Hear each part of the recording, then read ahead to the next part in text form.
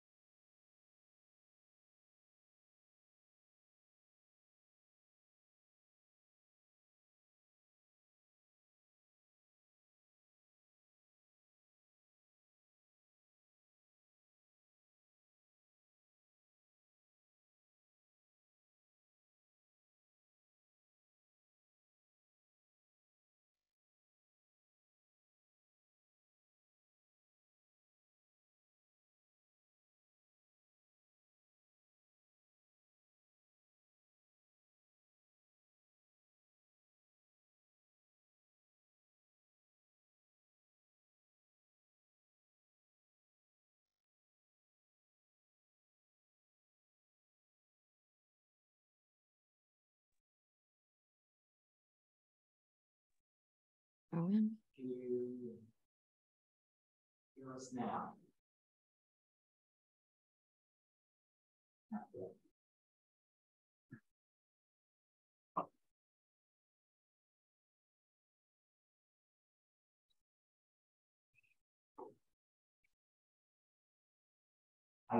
I'll speak just to see. I'm checking right now. Okay, I can hear it. Okay. Excellent. So my apologies for those who do not know this.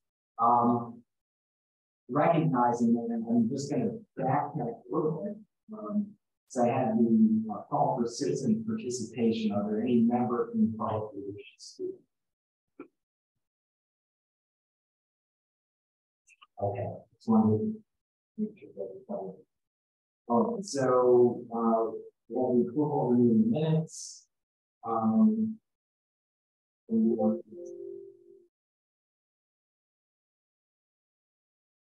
With the communications, we have a note from the Freelander who states that participated in the Orange County Transportation Council virtual meetings where the public comment accepted.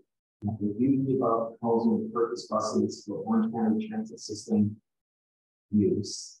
My recommendation related to bus purchase proposal is that the county consider purchasing other buses and perhaps consider purchasing EV buses for use of these fossil fuels in the public transportation system. There's ample evidence that these fossil fuels transportation system can be our own perhaps considering that. That's the communications that is.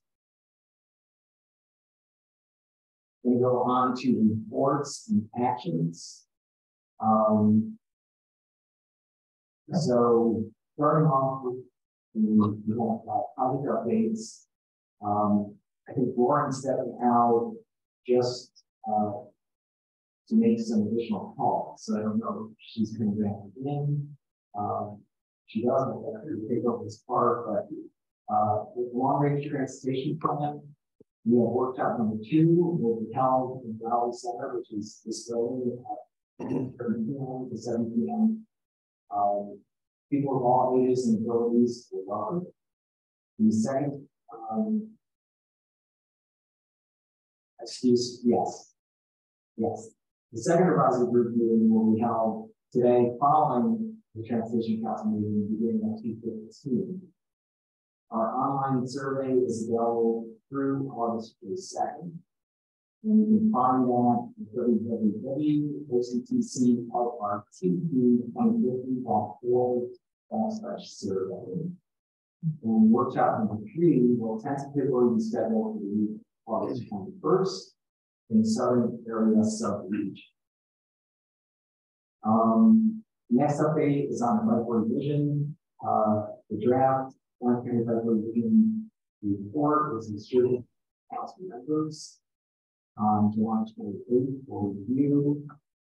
Please send any comments, questions to me. Next step is for the planning board to review. The Orange County Planning Board goal is for the legislature to adopt the Orange County Division along with the resilience plan parts of market grants as a supplemental chapters to the comprehensive. With respect to the coordinated plan, it went through the internal review process by department staff and we're able to updated version before we circulate. The comments on those amendments.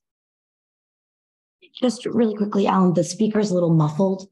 So if you talk a little loudly, I think Charlie's having difficulty. A few of our members are having difficulty hearing us. Okay. That's just, speaker might be a little, thank you.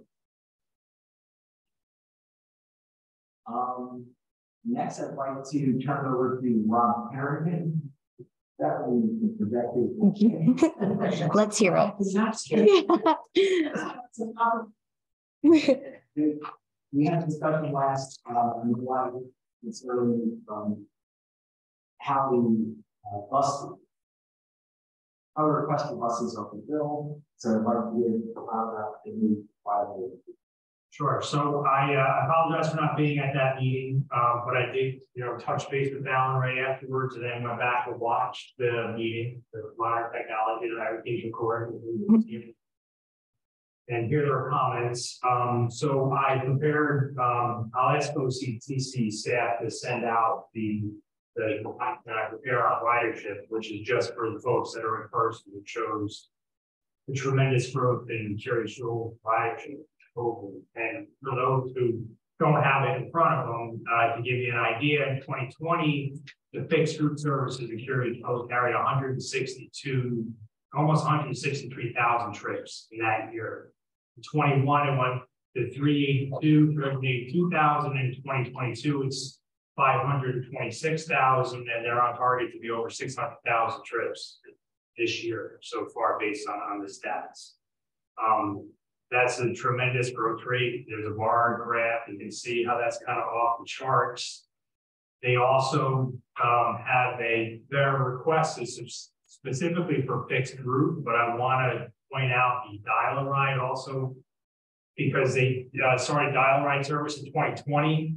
And so in that year, they carried just over 28,000. In 21, they went to 45,000. In 22, they went down to 35, and that's because they realized it's more efficient to get folks on the fixed route rather than demand responsive, which is, for those who are unfamiliar, that's the curb-to-curb service where they pick you up, similar to like an Uber or a taxi. So there's no denying the tremendous growth. I heard on the call there were concerns if other operators, what about their needs? And we do twice a year, we do visits with the operators, our staff. We go out with help to discuss all various needs that the operators have, including this. So there is an opportunity for them to, we ask them how service, do you need, how the buses holding up, their warranty issues, is there growth issues we need to be aware of. So there's definitely an open dialogue, between ourselves and the bus operators. In regards to Jacob, you had mentioned Middletown. One of these tip requests has 3 additional buses for the Middletown service. So that fleet's currently 3. It's going to go to 6 when we get those buses in and they need the new service. So it's definitely, we're looking around the county at needs. The Newburgh service, Scott, because you're part of that, the redesign, we're probably not going to need additional buses there, and that's let me ask you this. Sure. After redesign, I talked to, was it Mark Miller? Yeah. And he was telling me Is it 6 buses they have? They have 6, they're leasing 8.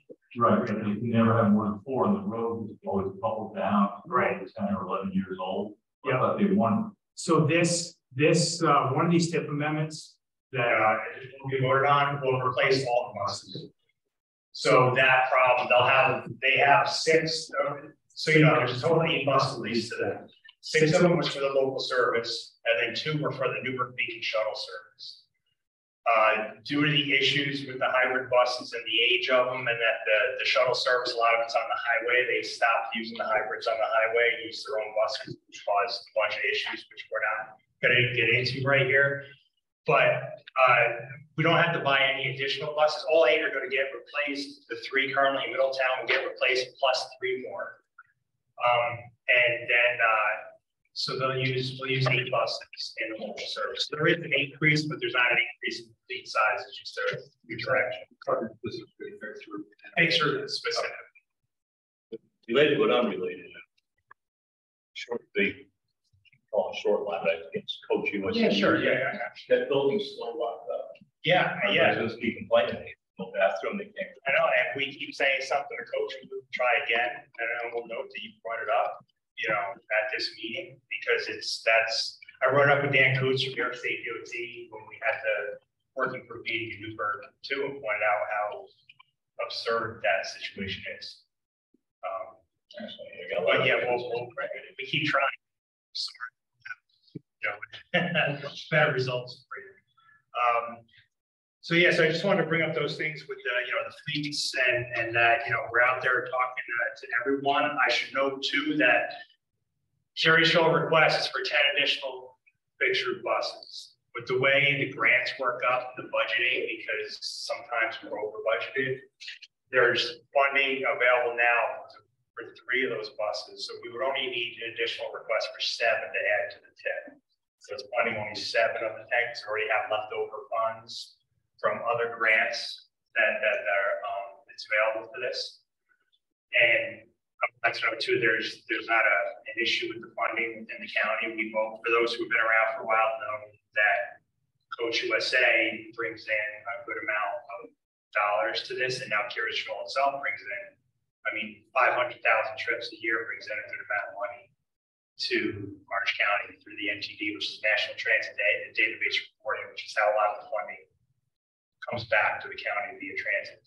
So while there are additional resources available at the TMA level, which involves 3 counties, and you folks have voted on, numerous amendments in the past to give those folks funding, and we actually do have a request for operating funding from the TMA. But for the capital side, the county is okay. It's not going to put a strain.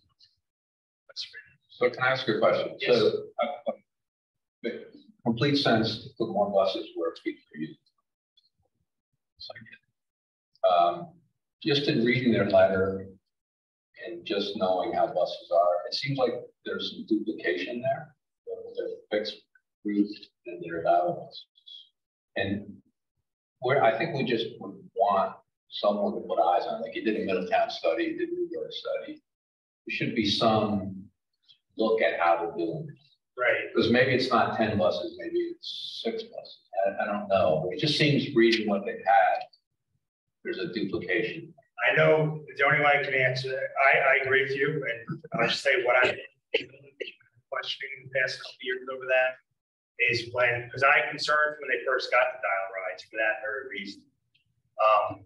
And they realized, like I said, the ridership's going down because they realized they used the dial ride to feed. They asked me, if someone gets on the dial ride, do we have to take them to their destination, or can we take them to the fixed route? I said, no, legally you can take them to the fixed route. There's no issue with that. Paratransit can operate that way too. So they started shifting their model because they realized it was unsustainable to do a traditional dial ride with that amount of trips. And then I've heard, and I don't know if there's anybody from the village on the call or can say this, but I've heard that the village itself, when I did an oversight visit in spring, they mentioned they were doing their own transit study. I would be very interested to see that, as I'm sure others would. So, if that is the case, I think that could be helpful.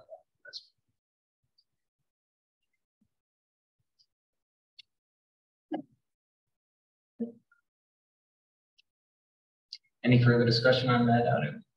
Of course, little town, not only just the new buses we're talking about, it's implementing the whole study that was done. Correct. Yeah. Longer hours, and different routes and so on and so. Yes. So that we look forward to that, absolutely. Yeah. Quick question. I know, like for our town, just to get cars, there's easier to, how far back are the older buses you can get? For fixture buses, about 2 years. Now, any faults, just wild idea here based on Alan's bike routes and all that. Any thoughts of adding like a section, some buses they are equipped to put your bike right on the bus? They are right now. They are right now. Yeah, the fixture buses that we ordered in 2013, that was the first time we did that. We just ordered the dad bike racks, they're on the front of the bus.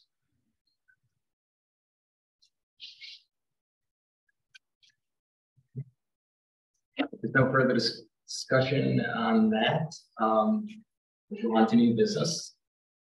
So first item is Orange County Transportation Council 2023-2027 TIP Administrative Modification 23E. This action is an update to the TIP for the end of the fiscal year snapshot, includes 6 projects. You have the PIN numbers, so I'll just give a description of the project. So first one is Stewart Airport Drainage Diversion Project, team. Second is Orange County's Curtis Trail 73. Third is Curious Dwell's roadway improvement on Route 44 Mountain Road. Fourth is Town of Crawford Route 52 pedestrian safety project. Fifth is the New York State DOT culvert replacement project in Dutchess and Orange counties. And the 6th tip, which actually DOT has asked that we put into an administrative modification 23G, is PennDOT Pike Street Route 6 over the Delaware River Interstate Bridge rehabilitation project. With respect to, we're going to work with the project sponsors to approve this action. There's no further action from the council required with respect to the PennDOT DOT, New York State DOT, or actually it's PennDOT Pike Street project. It does not impact our local program. There'll be an offset from 8H1375 on the Mid-Hudson South TCC tip. So it does not impact our local program. Any comments, discussions, questions on that? Hearing none, I'll move on. Next, we have OCTC fiscal year 2023-2027 amendment 2305. This will be adding 2 new projects from the 2023 Bridge New York solicitation. Includes the rehabilitation of the Midway Road over the Wallkill River. And second is the deck replacement on Bloomberg Road over Platicille Creek in the town of Wallkill. Bloomberg Road, clarify that. Action will go out for a 14-day public comment period and tentative action at the next policy board meeting in September. I just want to acknowledge that there was a member request to discuss the scoring of the Virginia projects. We will ask the council will table our conversation until the next meeting. We have an opportunity for New York State DOT to provide additional staff to do the work process. I think these 2 projects that are going on the Bridge New York will be county-led projects. Ryan, I don't know if you want to speak to either of those. One of the projects is administered by the town of Wallkill. Okay. Town of Wallkill made the application for the Midway Road Bridge, which is off of County Route 67, goes back towards Ted's asphalt plant, right near the new interchange that the exit 122 implemented there. The county has the Bloomberg Road Bridge, which is located right at the corner of Sullivan County going into Bloomingburg, just past the intersection of 17K. That's a superstructure rehabilitation, so we're keeping the main precast concrete slabs there. And we're going to remove the sacrificial concrete deck and replace that. Also add sidewalks, extend those to the existing sidewalks in the village, so that there's actually a pedestrian walkway across that bridge. It's going to be helpful. So we just got the initiation documents last week. Got to take a look through them. Thank you. Any further discussion, comments on those? Okay. Yoti, anything you want to add? Thank you for the coordinating that effort. Yes. Yeah, we received a lot. Yes. Okay, I'll just pass around. Are there any local project sponsor updates? Middletown traffic operations is, if you drive around the city, you'll see them working all over. Doing the granite curbs and sidewalks and pedestrian crossing and ADA ramps, and that progress is moving forward, and we expect the project to be completed by the end of next year, 2022. Very good. Jacob, thank you. On the Warwick project, we got comments on a bid packet.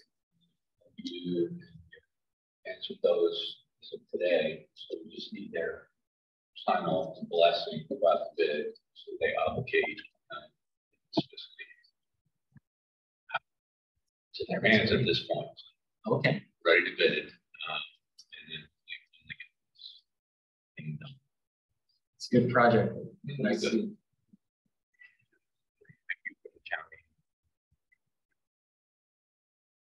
county. Yeah, it's a good project. Anything else from project sponsors? Okay.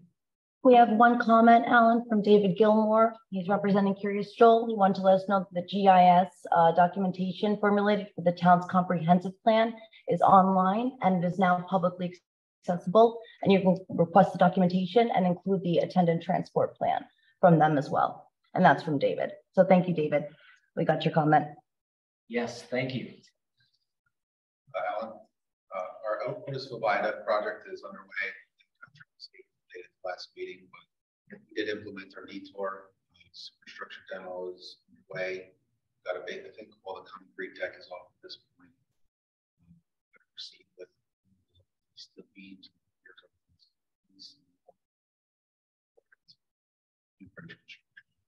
Okay.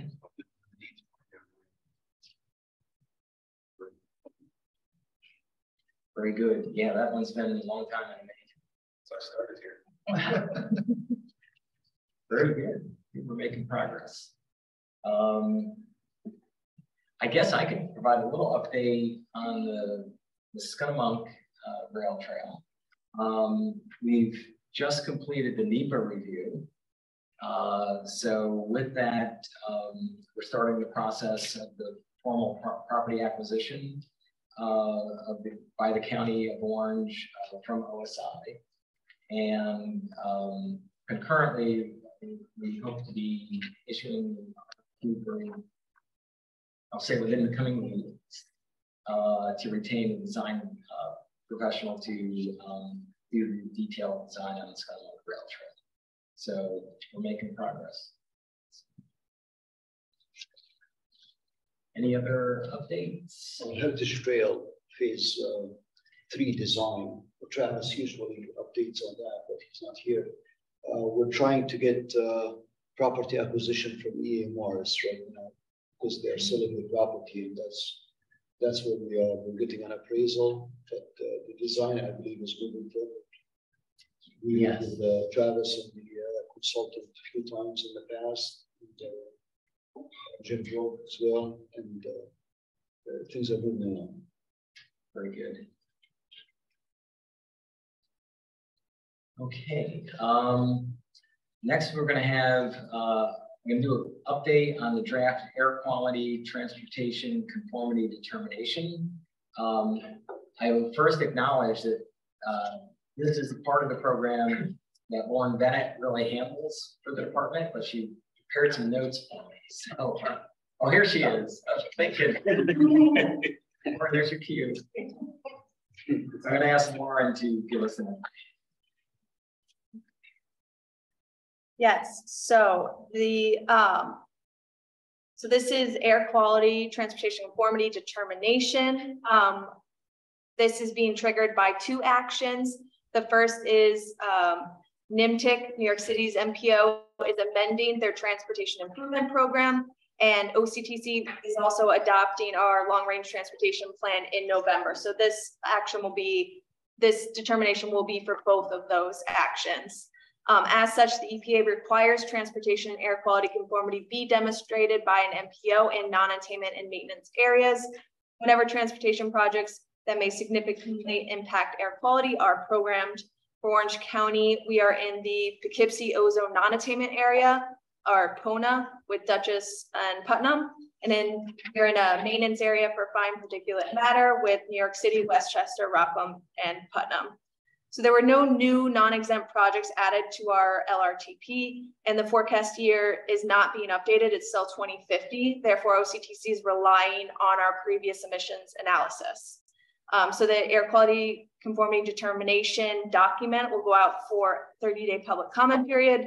I believe we'll send the notice out today, and that will begin tomorrow, and ending September. And then we ask the council to tentatively take action at the next policy board meeting in September. So this is the document. It's almost identical to the previous. There's only been minor updates. Do you want to just go through right now? So just why we're updating, and the introduction has been updated. And then if you want to scroll all the way down to the bottom, towards the end, we got a feedback from Federal Highway as part of the ICG Interagency Consultation Group to update our, oh, one more. Yeah, to update this table. So this table has been in all of our previous documents and conformity determinations, but we have been asked to update it. So those are the main updates that have been made to this document. Otherwise, same regional emissions analysis. We did use previous runs from our travel demand model. So everything's the same as it was last year. Excellent. Lauren, thank you. And I will add, sorry, Alan, one other thing. So the PONA document, that will be linked. Yeah, so this is being adopted by DCTC, and their draft will be linked into our plan and sent out. And so we will, when we adopt our transportation conformity, this will also be adopted. It doesn't have to be done separately. Excellent. Any questions or comments on that? Remember, we'll move on to the 2020 FHWA urban area boundary adjustments. I'm going to ask Stacy just to give us an overview of that. Sure. I think everyone might have the draft in their package.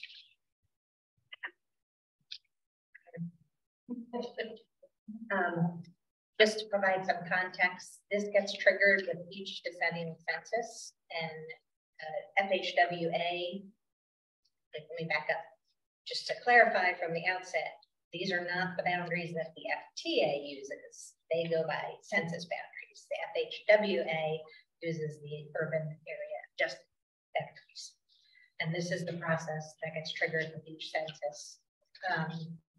The Census Bureau published the Federal Register of Notice in December of 2022 that listed the qualified urban areas these GIS bodies in January of 23.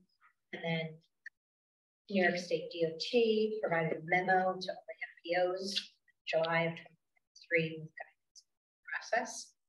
So the designation of the urban areas have funding implications for urban and rural areas in New York State for several federal highway administration programs. And as part of the urban area boundary adjustment process, the transportation agencies review these census boundaries and either accept them as is or adjust them for transportation planning purposes. And the goal, this is per the NISDOT memo, the goal of the FHWA urban area adjustment process is to allow states an opportunity to adjust the boundaries of the census urban areas to create smooth, contiguous urban transportation plan areas. And the adjustments affect the classification of the roads within the adjusted urban areas. So it's mainly the minor collectors are impacted the most, because that's the rural minor collectors, and local roads are not eligible for federal aid highway funds. They're not in urban areas. And FHWA has a variety of factors that we can use to consider making adjustments. Those include aligning the urban area boundaries with existing planning boundaries, such as like for our MPA, addressing irregularities of urban area boundary shapes, maintaining consistency with highway functional classifications, including transit routes and or traffic generators. And this version of the draft, the county submitted to NISDOT on August 7th, and that goes to them for review, and they review it in context with the other MPOs. They make further adjustments and they'll come back to us again. And there'll be a local concurrence process.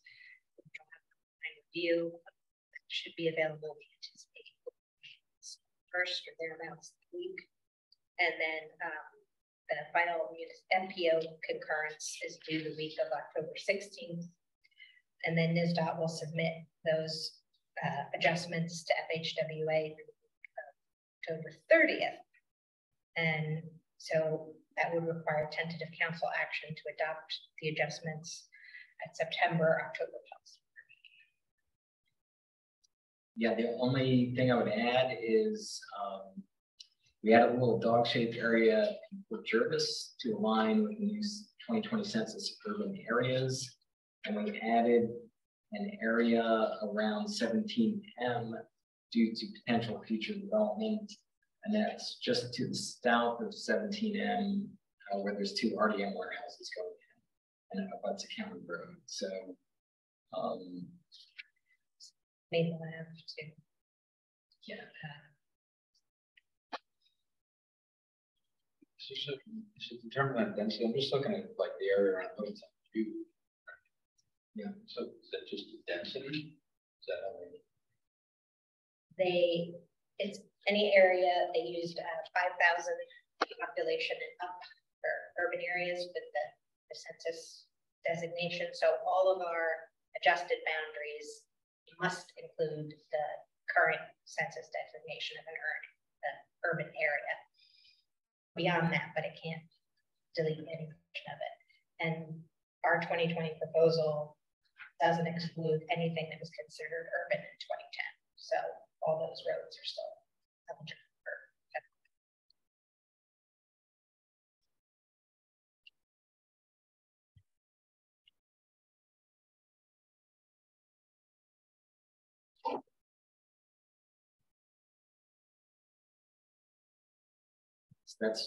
That's where we are. We'll wait to hear back.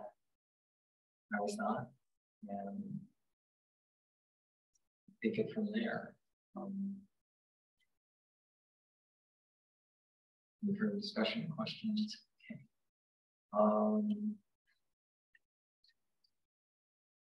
Doing pretty good here.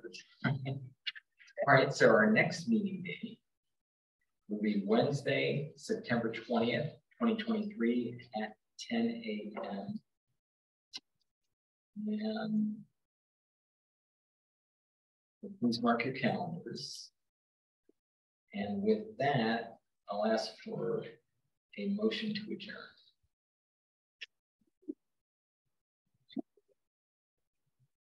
Thank you. We're going to go next, right? We'll take maybe a minute. Does anyone need a break? We have a few minutes. If not, I'm going to get right into the policy board, especially since we have a quorum. Okay.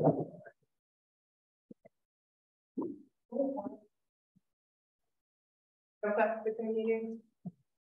What was that? Can we pause between meetings real quick to forum? Yeah. Yes. Yeah.